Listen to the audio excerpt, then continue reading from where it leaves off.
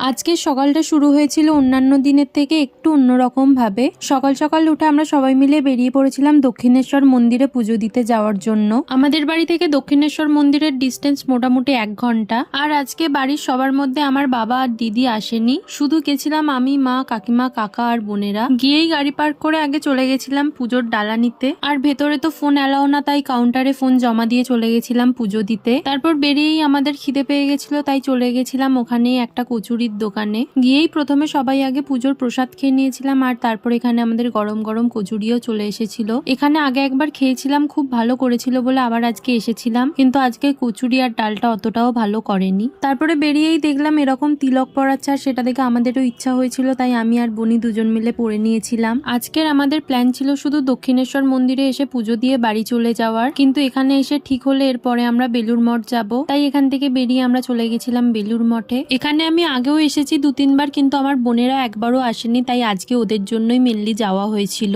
সকাল সকাল পুজো দিয়ে মনটা বেশ ভালো তো লাগছিলই, আর তার উপর হালকা ঠান্ডার মধ্যে এখানে এসে ঘুরতে বেশ আরো ভালোই লাগছিল। তারপর বেলুর মঠের সামনে বেশ কয়েকটা ছবি তুললে গঙ্গার পাড়ে কিছুক্ষণ এদিক ওদিক ঘুরে ওখান থেকে বেরিয়ে পড়েছিলাম বাড়ি ফেরার জন্য। অনেকদিন পরে আজকে সকালটা বেশ অন্যরকম ভাবে কাটালাম। আর এই মিনি ব্লগটা ভালো লাগলে অবশ্যই একটা লাইক করে দিও, আর চ্যানেলটা সাবস্ক্রাইব করে দিও।